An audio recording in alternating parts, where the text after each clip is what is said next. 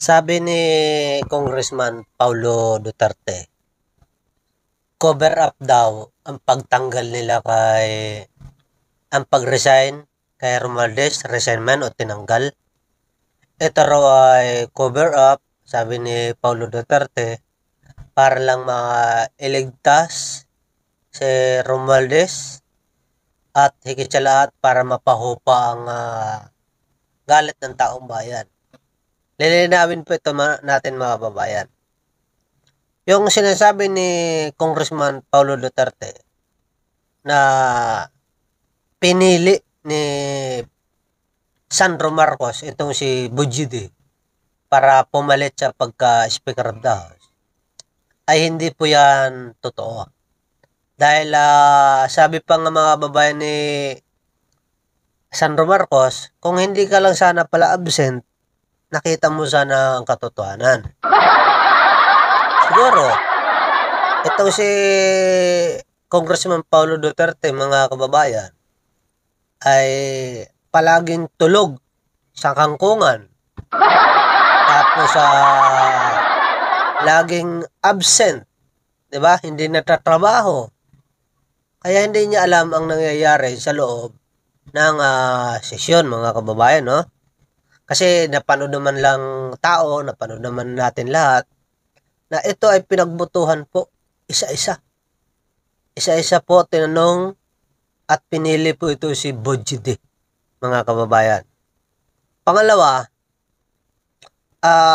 sinasabi ni Paulo Duterte na para iligtas lang itong si Romualdez. Mali rin po, mga kababayan. Kasi po, totoo dyan, hindi pa rin ligtas itong si Congressman Romualdez. Hindi pa rin siya makakawala dito dahil sabi pa nga ng palasyo sa pamamagitan ni Jose Castro, si Congressman daw Romualdez, kahit mag-resign o hindi mag-resign, iimbestigahan pa rin po siya, mga kababayan. Diba? Kaya napakaliwanag po ng nangyayari na ito ay hindi cover up, mga babayan, kundi ito po ay pagpapatupad dahil sa kagustuhan lang ninyo na maalis si Romualdez, mga babayan.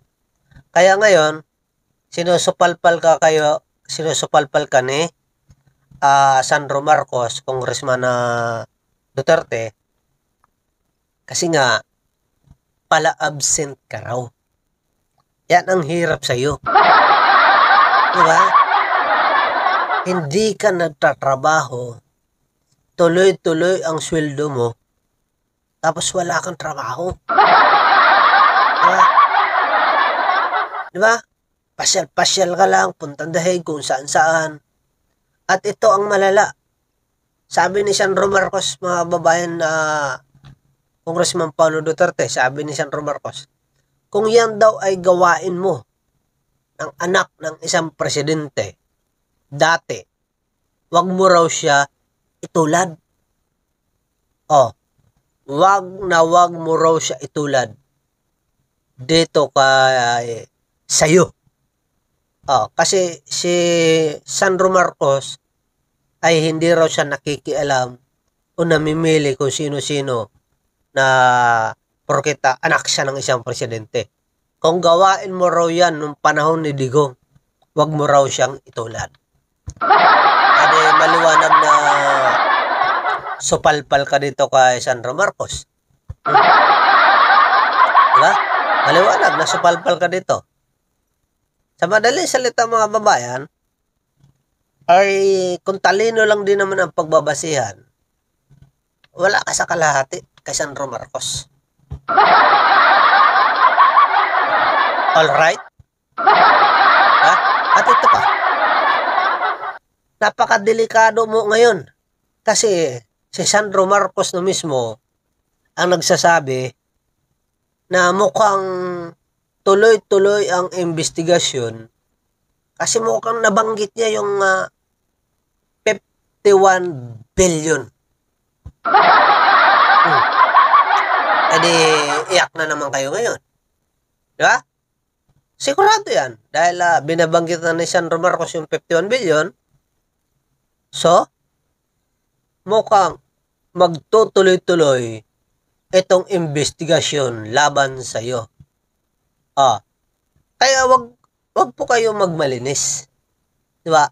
Hindi po talaga pwede kayo magmalinis sa totoo lang. Kasi ang daming mga naipupukol sa inyo na corruption din, mga Duterte. Di ba? Hindi ko namang pinagtatanggol ang mga Marcos dito, yung administrasyon. Pero binabatikos nga natin yung mga katiwalian. Di ba? Yung mga katiwalian dyan, tungkol sa mga corruption na yan, yung administrasyon yun. Tingnan nyo naman kung paano tayo bumatikos sa DPWH, sa mga magnanakaw na congressman. Di ba? Pero, hindi pwede na exempted kayo dito. Wala dapat exempted. Kung kinakailangan, halungkatin lahat ng corruption noong panahon ni Digong, dapat gawin para magkaalaman talaga kung ano ba talaga totoo. All right? Pakinggan natin ito. Tinawag na cover-up ni Davao City Representative Paulo Duterte ang pagpalit ng liderato sa Kamara.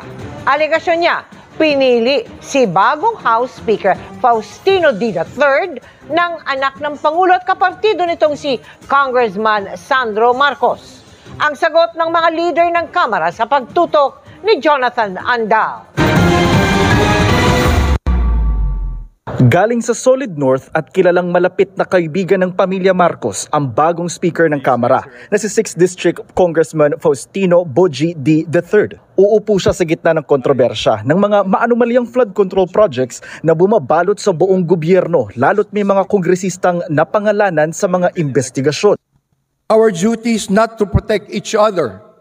Our duty is to protect the Filipino people. Kasama ni Pangulong Bongbong Marcos si D sa Partido Federal ng Pilipinas. Noong 2022 elections, todo suporta si D sa unit team ni Marcos at Vice President Sara Duterte. Sabi ng mga lider ng Kamara, mga lider ng iba't ibang partido na kasama sa mayorya ang pumili kay D. Hindi lang naman daw si D ang pinagpilian. Nasa listahan daw si Navotas Congressman Tubi Tiangco na nagsabing ayaw niyang maging speaker. Pati na si Bacolod Congressman Albi Benitez na nagparaya raw para kay Congressman D. It's a game of numbers, the magic number being 158. Kinausap at tinanong po namin ang mga party leaders kung sino sa tingin nila ang pwede maging speaker kapalit ni Speaker Martin Romualdez. At ang pangalan na lumabas lagi ay ang pangalan po ni Congressman Boji D. It was vetted by the party leaders, and outside from that, I can no longer say if there are any others who influenced the selection of Representative Boji D. Ang bagong speaker ng Kamara ay galing sa political clan ng mga D sa Isabela. Dalawang anak ni Speaker D ang nasa politika. Si Ino, mayor ng Etiague, si Kiko, vice governor ng Isabela. Dalawang pamangkin naman niya ay kasama niya sa Kamara na kinatawan ng ibang distrito sa Isabela. 3 dekadang hawak ng pamilya D ang Kapitolyo ng Isabela bago ito naagaw ni Grace Padaka noong 2004 pero nabawi ulit ni D noong 2010. Halos 5 dekada naman nang namumuno ang pamilya D sa bayan ng Kawayan. Naging kinatawan siya ng 3rd District ng Isabela mula 2001 hanggang 2010. Naging gobernador at vice-gobernador din siya ng Isabela. Taong 2025 nang magbalik Kamara si D. Ang pagkakahalal kay D ay kasunod ng pagbibitiw ni dating House Speaker Martin Romualdez na pinsan ni Pangulong Bongbong Marcos. At ang sabi ni House Majority Leader at Presidential son Congressman Sandro Marcos, nagsabi mismo si Romualdez sa Pangulo ng desisyon niyang mag-resign at nirespeto naman daw ito ng Presidente. It was one of respect dahil nakita niya that he was doing it to save the institution and to give way for the independent body to have a fair and thorough investigation. Maging si Romualdez daw ay nanghingi ng suporta para kay D. Magkasama rin silang dalawa sa pinatawag na meeting ng lakas bago ang plenary session. Pero ang tawag ni Davao City Congressman Paulo Duterte sa nangyaring palitan ng liderato ay cover-up o takipan. Sabi niya ang anak ng Pangulo na si Majority Floor Leader Sandro Marcos ang pumili kay D na kaalyado rin nila. Hirit pa niya kay Pangulong Marcos kung seryoso ito na labanan ng korupsyon, bakit hindi raw agad kasuhan ng mga tiwaling mambabatas? Baka style niya yun nung anak siya ng Pangulo, pero I can assure you that me We are consultative with all the party leaders. Pwede mo silang tanungin. We met for plenty of weeks. Kung nagpakita sana si Kong Pulong dito sa trabaho at sa session, baka makikita din niya. But I'm sure he's busy looking for the 51 billion that was spent in his districts. Sinusubukan pa namin makuha si Congressman Duterte sa sinabing ito ni Majority Leader Marcos. Para sa GMA Integrated News, Jonathan Andal, nakatutok, 24 oras. So palpal ka tuloy. Ha? Pala-absent ka. Pala-absent ka sa kamera. Tapos nabanggit pa yung 51 billion.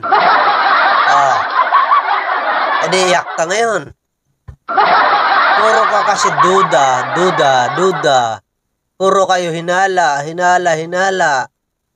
Hindi po pwede na nabanggit lang yung pangalan, agad-agad kasuhan.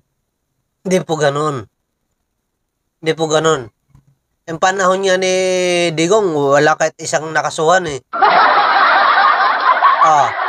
Di ba?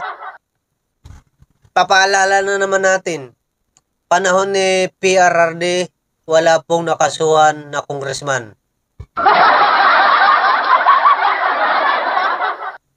Panahon ni PBBM, napakarami pong congressman ang nawala, nakakasuhan. Kasama na nga dyan yung best friend mo na si Alvarez. Tumino. Tapos si Tebes, natanggal. Sino pa? Napakarami po, panahon ni PBBM yan. Tapos ngayon, marami pa masusunod. Siyempre, hintayin po natin ang investigasyon. Due process, siyempre, di ba? Bigyan naman natin ng pagkakataon itong mga sangkot na ito para hindi naman nila masabi na sila po ay ginigipit. Di ba? Ganun lang naman kasimple yun. Hindi po pwede na porket sinabi nyo lang na agad-agad kasuhan, agad-agad gagawin ni President Bongbong Marcos dahil sinabi nyo lang. Mali naman yun. Parang ang nangyayari dito, kapag gusto nyo, ay dapat gawin ng presidente. Ano akala nyo sa presidente natin? Oto-oto. Kaya hindi naman po pwede yun. Dadaan po ang lahat sa due process, kaya maghintay po tayo. Sabi pa nga sa Bisaya, wait and see. Alright? Salamat po sa inyo lahat. See you next vlog.